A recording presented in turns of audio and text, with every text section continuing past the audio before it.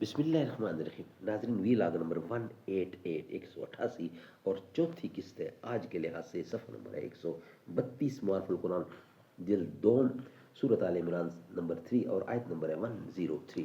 ناظرین، روزانہ کی بنیاد پر ہم آپ کے سامنے رکھ رہے ہیں قرآن کریم کا ترجمہ، تشریح، تفسیر اور تلاوت کلام پاک۔ معارف القرآن جلد نمبر 2، یہ ہے ٹائٹل اس کتاب کا، سورۃ آل عمران سے لے کر سورۃ النساء تک، پارہ نمبر 3 رکوع نمبر 9 سے لے کر پارہ نمبر 6 کا رکوع نمبر ہے 4۔ ناظرین، رائٹر ہیں اس کتاب کے حضرت مولانا مفتی محمد شفیع صاحب عثمانی رحمۃ اللہ علیہ، جو کہ مفتی اعظم پاکستان ہے۔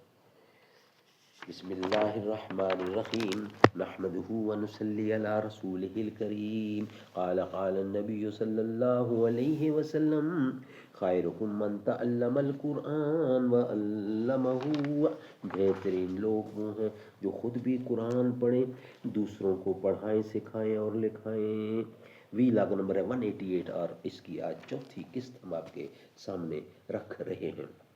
وہ فرائض کا تسلسل نام ہے جس کا حیات جلوہ گاہیں اس کی ہیں لاکھوں جہانیں بے ثبات، مختلف ہر منزل ہستی کی رسم و راہ ہے، آخرت بھی زندگی کی ایک جولاں گاہ ہے۔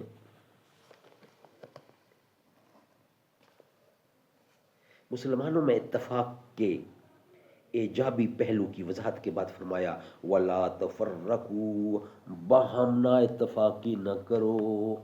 قرآن حکیم کا یہ حکیمانہ انداز ہے کہ وہ جہاں ایجابی پہلو واضح کرتا ہے وہی سلبی پہلو سے، مخالف چیزوں سے منع فرماتا ہے۔ چنانچہ ایک دوسری آیت میں ارشاد فرمایا، وَأَنَّ هَٰذَا صِرَاطِي مُسْتَقِيمًا فَاتَّبِعُوهُ وَلَا تَتَّبِعُوا السُّبُلَ فَتَفَرَّقَ بِكُمْ عَنْ سَبِيلِهِ۔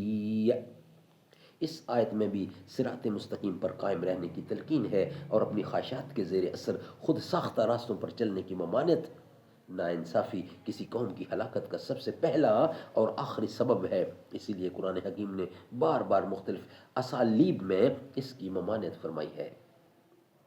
ایک دوسری آیت میں فرمایا، ان الذین فرقوا دینہم وکانوا شیعا شیعا لست منہم فی شیء، یعنی جن لوگوں نے اپنے دین میں تفرقے ڈالے اور مختلف پارٹیوں میں تقسیم ہو گئیں، آپ کا ان سے کوئی تعلق نہیں، حضور کا ان سے کوئی تعلق اور کوئی واسطہ نہیں ہے۔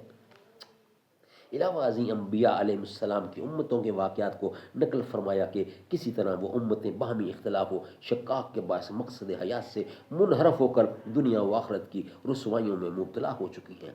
حضور اکرم صلی اللہ علیہ وسلم نے ارشاد فرمایا کہ اللہ تعالیٰ نے تمہارے لیے 3 چیزوں کو پسند فرمایا ہے اور 3 چیزوں کو ناپسند، یعنی پسندیدہ چیزیں یہ ہیں، اور 3 چیزوں کو ناپسند یعنی پسندیدہ چیزیں یہ ہیں۔ اول یہ کہ تم عبادت اللہ کے لیے کرو اور اس کے ساتھ کسی کو شریک نہ ٹھہرو۔ دوم یہ کہ اللہ تعالیٰ کی کتاب کو مضبوطی سے تھامو اور نا اتفاقی سے بچو۔ سوم یہ کہ اپنے حکام یعنی اپنے حکام اور اولو الامر کے حق میں خیر خواہی کا جذبہ رکھو۔ اور وہ 3 چیزیں جن سے اللہ تعالیٰ ناراض ہوتے ہیں یہ ہیں، نمبر 1 بے ضرورت کیل و کال اور بحث و مباحثہ، نمبر 2 بلا ضرورت کسی سے سوال کرنا، نمبر 3 اضاحت مال۔ ابن کثیر ان ابن حریرہ۔ اب سوال یہ پیدا ہوتا ہے، اب سوال یہ رہ جاتا ہے کہ کیا ہر اختلاف مذموم ہے یا کوئی اختلاف غیر مذموم بھی ہے؟ جواب یہ ہے کہ ہر اختلاف مذموم نہیں ہے، بلکہ مذموم وہ اختلاف ہے کہ جس میں اپنی اہوا اور خواہشات کی بنا پر قرآن سے دور رہ کر سوچا جائے۔ لیکن اگر قرآن پر مجتمع رہتے ہوئے اور حضور اکرم کی تشریح و تفسیر کو قبول کرتے ہوئے اپنی فطری استعداد اور دماغی صلاحیتوں کی بنا پر فروع میں اختلاف کیا جائے تو یہ اختلاف فطری ہے اور اسلام اس سے منع نہیں کرتا۔ صحابہ و تابعین اور ائمہ فقہا کا اختلاف اسی قسم کا اختلاف ہے۔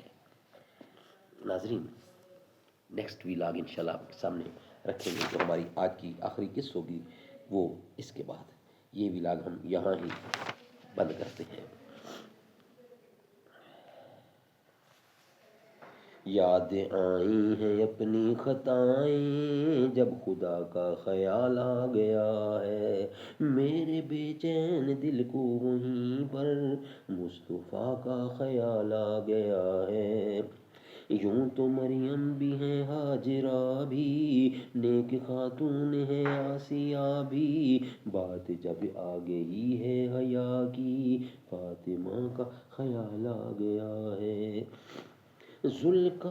ظلم کا جبر کا سلسلہ تھا، ایک طرف صبر کا سلسلہ تھا، بات جب حق و باطل کی آئی، کربلا کا خیال آ گیا ہے۔